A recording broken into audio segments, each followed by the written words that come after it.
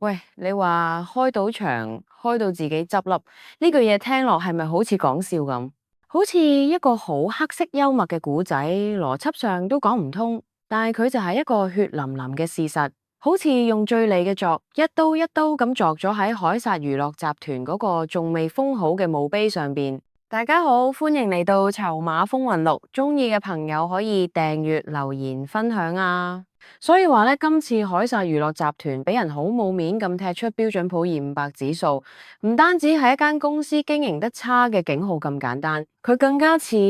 係為成個拉斯維加斯呢座喺沙漠起出嚟嘅慾望之都敲響咗個晚鐘。嗰下鐘聲穿過沙漠又乾又薄嘅空氣，喺每一棟閃下閃下嘅酒店外牆度回盪，話俾全世界知，一個輝煌嘅時代靜雞雞咁玩完啦。同一時間，呢個城市嘅靈魂已經唔知去咗邊度 set 路。個邏輯其實好簡單，如果一個城市本身係靠服務同夢想嚟揾食，但有一日佢唔再將嗰啲山長水遠帶住夢想嚟嘅客人當係貴賓，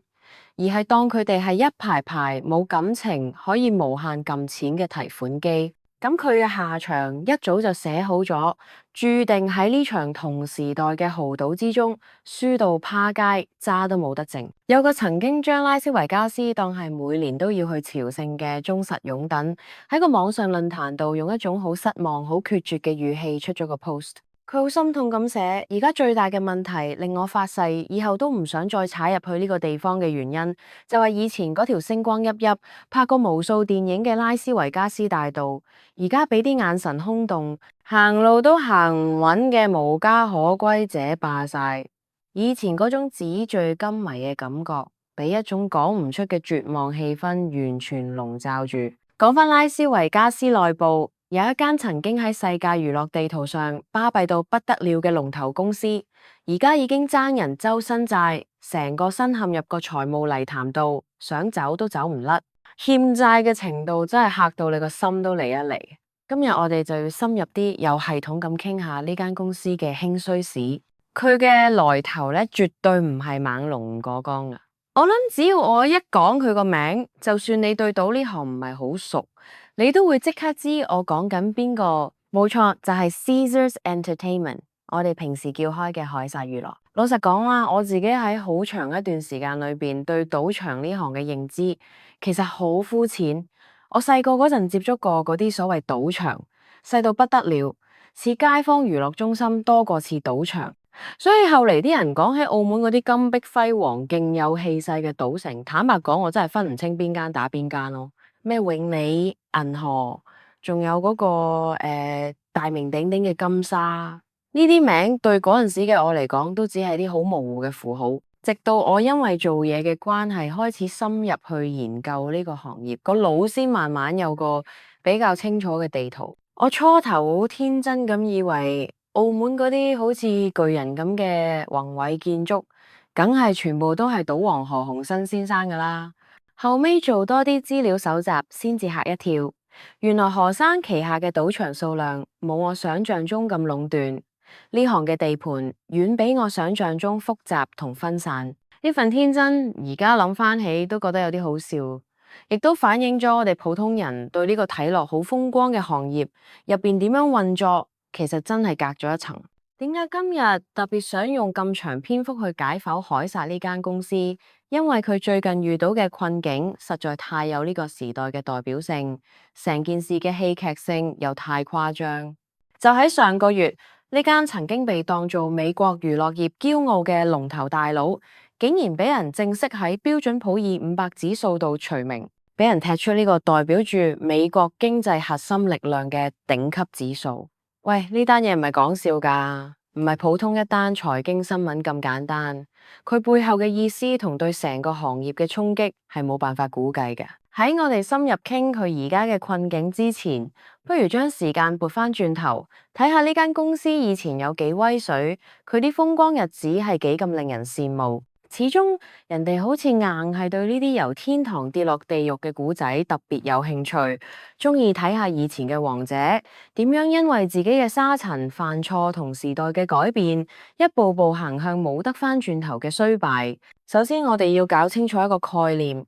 ，Caesars Entertainment 唔係單單指一間賭場，例如拍戲成日見到嗰間凱撒宮。佢係一個好複雜、盤根錯節嘅商業帝國，係無數賭場、酒店、餐廳、高爾夫球場甚至商場嘅母公司，一個真正嘅跨國集團。呢點我相信對商業有少少認識嘅人都知。喺佢最疊水嘅時候，佢盤生意橫跨全球，旗下有一大堆星光熠熠、好出名嘅賭場牌子，當中嘅鎮店之寶，梗係佢嘅旗艦物業。喺拉斯維加斯大道心臟地帶嘅凱撒宮 Caesars Palace 啦，除咗佢，仲有充滿法國風情嘅巴黎酒店 Paris Las Vegas。佢個 A 貨艾菲爾鐵塔係遊客打卡熱點，有歷史悠久，見證住拉斯維加斯由沙漠變娛樂之都嘅火鶴酒店 Flamingo。仲有嗰間有好萊塢黃金時代 feel 嘅行星好萊塢 Planet Hollywood， 當然仲有喺美國中西部好受歡迎嘅哈拉斯 Harrah's 系列賭場等等。講到凱撒娛樂真正嘅黃金時代，我哋就要將眼光放喺20世紀70年代到90年代尾，呢30年係佢喺行內獨領風騷，冇人夠佢揮嘅輝煌歲月。喺嗰個年代，後嚟嗰啲勁嘅對手，例如今日都好出名嘅米高梅 MGM， 同埋出名奢華嘅永利 Wynn 都仲未成氣候。所以凱撒特別係佢頂帽上面粒鑽石凱撒宮，差唔多就係拉斯維加斯嘅代名詞，係無數國際巨星、商界猛人同社會名流嘅朝聖地。佢唔單止係一間酒店賭場，更加係一個文化符號，代表住極致奢華同埋夢想成真。貓王皮禮士利 Elvis Presley 喺度做過駐場 show， 情歌天后 Celine Dion 嘅演唱會飛曾經係全城最難買嘅嘢。音樂奇才 Elton John 嘅琴聲都喺凱撒嘅羅馬大劇場響過，無數次決定世界拳王金腰帶邊個屬嘅重量級拳賽都喺度上演。阿里、泰臣呢啲傳奇拳手嘅汗水同榮耀灑滿晒呢度嘅每個角落。經典電影好似洛奇 Rocky 同嗰套笑到癲嘅醉爆伴郎團 The Hangover 都揀咗喺度取景。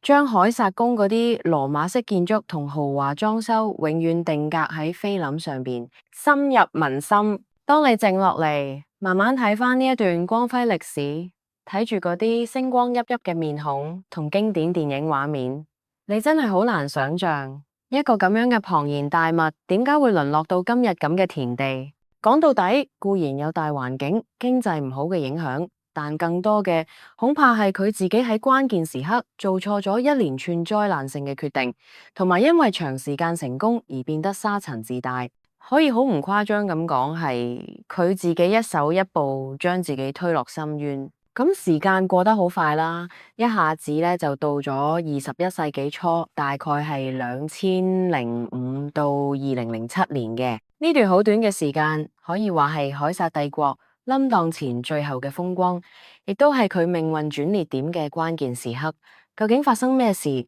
就係喺2005年，當時仲叫哈拉斯娛樂嘅公司用咗成90億美金，你話誇唔誇張？去收購佢嘅主要對手凱撒娛樂。呢次合併直接創造咗當時全世界最大規模嘅賭場集團。合併之後呢個巨無霸喺全世界有差唔多50間賭場同埋酒店，公司市值都衝到上250億美金。當時呢，公司班高層呢意氣風發，喺啲財經媒體度發表偉論，話要打造一個前所未有嘅全球娛樂帝國。喺呢種極度膨脹嘅野心驅使下，佢哋開始咗一條近乎瘋狂嘅全球擴張之路，周圍問人借錢起新酒店，不斷用槓桿收購去吞併新牌子，想將凱撒之旗插滿全世界每個角落。喺嗰個時期，佢一度係全美國最賺錢嘅娛樂公司之一，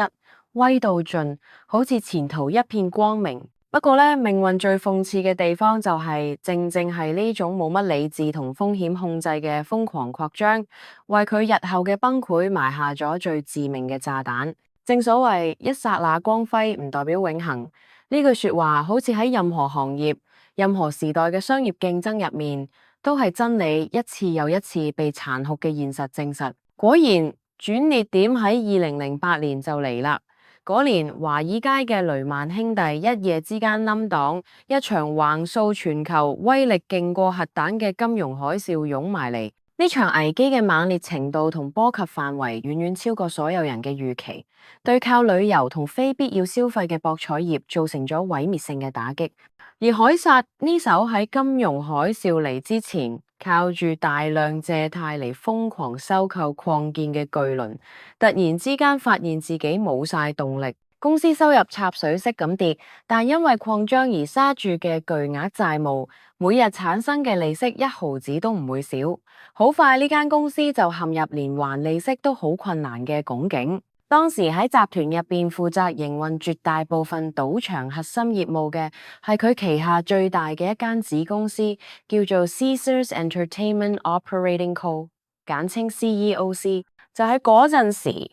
單係呢間子公司嘅總負債就已經超過180億美金。你話幾得人驚？喺死亡邊緣掙扎咗足足7年之後，到咗2015年，CEOC 呢一間公司終於頂唔順，正式向法院申請咗著名嘅第11章破產保護。但係好景不常，命運好似仲未挽救佢。幾年之後，喺2020年7月重組之後嘅 Caesars Entertainment 又迎嚟一次重大變革。佢俾另一間規模細佢好多叫做 Eldorado Resorts 嘅公司用170億美金收購合併咗。呢次係商業史上都好罕見嘅蛇吞象式收購。然而命運似乎同呢間歷盡滄桑嘅公司開咗個好大好殘酷嘅玩笑。我哋又要再用翻嗰句老話，一剎那嘅光輝真係唔代表永恆。大家有冇留意到我頭先講嘅時間點？冇錯，就係2020年嗰年，我哋個世界發生咗咩事？答案好明顯，一場史無前例嘅新冠疫情全球大爆發。呢場突如其來嘅全球大流行病，對拉斯維加斯呢座完全依賴人流同現金流嘅城市，造成咗前所未有嘅毀滅性衝擊。成個城市被迫封城，機場停運，酒店關門，以前車水馬龍、24小時不夜天嘅拉斯維加斯大道，變得一個人影都冇，好似一座末日之後嘅鬼城。呢一連串持續嘅負面表現，最終導致咗嗰個決定性時刻嘅來臨。喺今年嘅9月22號，凱撒娛樂集團被標準普爾500指數正式踢走，而取代佢嘅係一間叫羅賓漢 Robinhood 嘅新興科技公司。呢個新舊交替嘅對比，實在太過諷刺，亦都太有呢個時代變革嘅象徵意義。一個代表傳統實體經濟奢華體驗嘅經典賭場帝國，俾時代嘅浪潮無情咁踢出局。而新上位嘅就係一個代表數碼化、虛擬化嘅後生仔手機 App。講咗咁多歷史同象徵意義，我哋都要翻嚟現實睇下凱撒而家最嚴峻嘅問題。到今日佢依然係爭人周身債。根據最新嘅財務數據，呢間公司嘅總債務大概係100到200億美金。呢個都未係最恐怖，最恐怖係呢啲天文數字嘅債係有利息嘅。喺而家呢種高利率嘅大環境下，每年單係要俾銀行同債主嘅利息就高達幾億美金。為咗自救，為咗生存，凱撒已經開始被迫變賣核心資產。佢哋陸續賣咗啲商場同非核心嘅酒店，甚至聽落好諷刺，佢哋將旗下最出名、最有品牌價值嘅撲克資產世界撲克大賽 WSOP 嘅部分權益都賣埋，用嚟套現還債。舊債未清，新仇又至。而家對凱撒最致命嘅係成個市場大環境持續惡化，好似我頭先講過。而家嘅賭城拉斯維加斯正經歷一場前所未有嘅生存危機，遊客嘅數量大幅減少。問題嘅根源唔係人哋唔想玩，而係真係玩唔起。就好似我上次都分析過，而家嘅拉斯維加斯幾乎樣樣嘢都收錢，而且係變本加厲咁收。酒店房貴到離譜，食嘢嘅價錢更加係高到嚇死人。而最令遊客嬲嘅咧，係各種名目繁多、層出不窮嘅隱藏收費。例如咧，你上網訂房啦，見到個價錢好似 OK，但去到你 check out 埋單嗰陣咧，先發現張單多咗一筆唔少嘢，叫做度假村費 resort fees 嘅數。呢筆錢你訂嗰陣通常都唔顯眼，甚至俾酒店用好細隻字特登收埋，每日可能高達幾十蚊美金。呢種做法搞到遊客覺得俾人呃，俾人搵笨。唔單止咁，而家連泊車都要收錢。我俾咗咁貴房錢住你酒店，我架車泊喺你停車場，竟然仲要另外俾錢。我之前喺網上面睇過條好 hit 嘅片，記錄咗一對美國中部夫婦喺拉斯維加斯2日遊嘅經歷。佢哋張單好有代表性，佢哋住喺著名嘅百樂宮酒店 Bellagio 2晚。張單呢清清楚楚寫住，加埋稅同嗰個臭名遠播嘅度假村費之後，單係房費就成450蚊美金，再加埋飲品、早餐、咖啡呢啲濕濕碎碎嘅消費，呢個短短2日1夜嘅旅行總開支竟然高達1387蚊美金。大佬啊，玩2日啫喎，所以我哋完全可以理解點解而家去拉斯維加斯嘅遊客真係少咗咁多，尤其喺全球經濟普遍唔好嘅情況下，究竟有幾多人仲負擔得起咁高昂嘅旅行成本？有啲住喺當地嘅人，包括喺賭場、酒店做嘢嘅，都親口承認，而家嘅拉斯維加斯俾人嘅感覺就係，你連呼吸一啖空氣，佢哋都要諗計向你收錢。呢種無處不在、令人窒息嘅收費氛圍，嚇走咗好多潛在嘅遊客。無數嘅網民同啱啱由拉斯維加斯返嚟嘅遊客，仲喺度不停咁呻。佢哋普遍認為，而家拉斯維加斯提供嘅所有服務同體驗，完全唔值嗰個價錢。佢哋好尖銳咁指出，拉斯維加斯而家根本就配唔上世界娛樂之都 （Entertainment Capital） 呢個朵。佢更似一個徹頭徹尾嘅世界收費之都 （Fee Capital）。當然，面對經營壓力嘅唔單止凱撒一間，其他賭場巨頭例如米高梅、永利都一樣感受到市場嘅寒意。佢哋嘅管理層都喺唔同場合講過，而家嘅遊客就算嚟到拉斯維加斯，都比以前更加唔願意坐上賭台賭錢。另一個同樣致命嘅大問題係，賭場呢種娛樂形式嘅稀有性一早已經冇咗。以前幾十年，拉斯維加斯幾乎係美國唯一可以合法大規模賭錢嘅地方，呢個俾咗佢無可比擬嘅壟斷地位。但係到咗今日，博彩業喺美國好多州都已經合法化，人哋可以喺自己屋企附近輕鬆揾到一間設施完善嘅賭場。更重要嘅係，隨住手機科技嘅發展，一個細細嘅 App 已經可以提供你諗到嘅所有博彩體驗。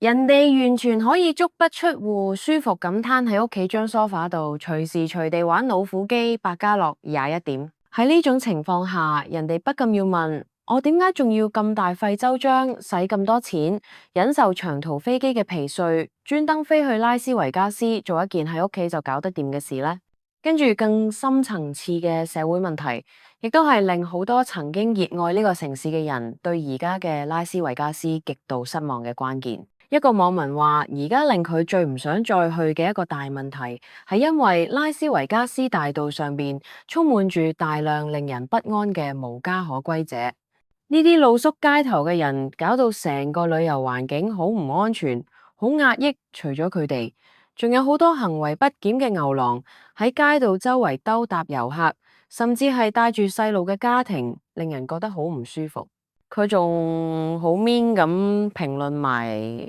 拉斯維加斯另一塊金漆招牌 show girl 啦。佢話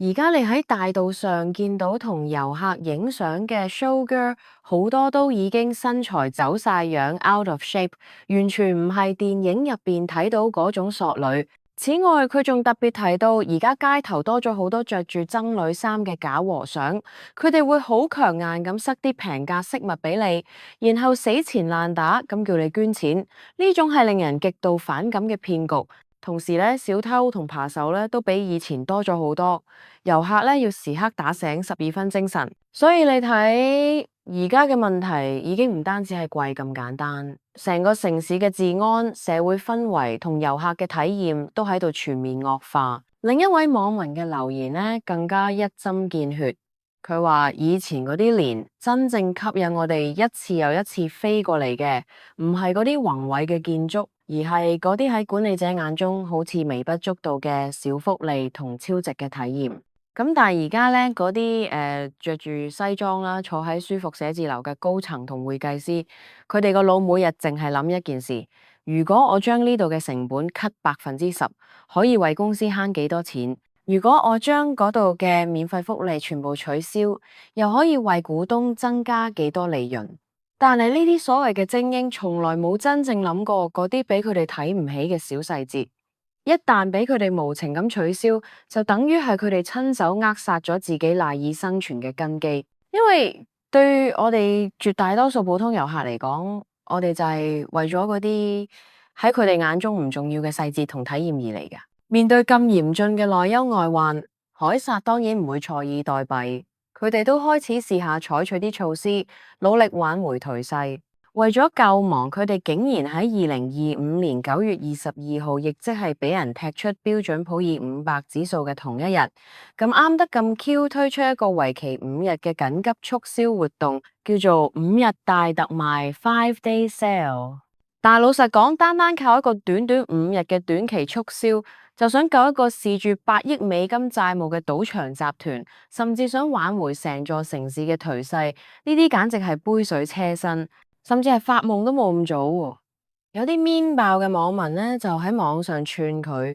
凱撒而家搞5日特賣，我睇佢不如直接搞個5年計劃啦。你搞5日有鬼用咩？雖然凱撒啲高層對外依然要保持住一種專業嘅樂觀態度，但係喺民間，喺真正嘅消費者口中，我哋聽到嘅係同官方完全唔同嘅聲音。講句實話，如果你而家呢個時間點去到拉斯維加斯，表面上睇佢依然係燈火通明、霓虹閃爍，但實際上喺呢層光鮮嘅皮囊下面，佢嘅內核已經喺好大程度上腐爛同崩壞。所以凱撒娛樂集團今次俾人踢出標準普爾500指數，佢背後代表嘅意義遠遠超過一間上市公司嘅榮譽。佢唔單止係針對凱撒自己嘅強烈警號，更加係為成個拉斯維加斯敲響嘅沉重警鐘。總言之，如果拉斯維加斯呢啲博彩巨頭同城市管理者再唔認真去諗下點樣應對，進行一次深刻嘅刮骨療毒式嘅自我反省同商業模式上嘅根本改變，咁佢嘅前景將會非常之唔樂觀。因為喺一個全球經濟本身已經困難嘅時期，你仲喺度不停咁從本來已經荷包乾塘嘅遊客身上諗盡辦法去刮錢，你又點可以指望人哋仲會滿懷熱情咁嚟你度呢？就我親身經歷所知，喺澳門幾乎所有賭場入邊嘅樽裝水都係完全免費嘅。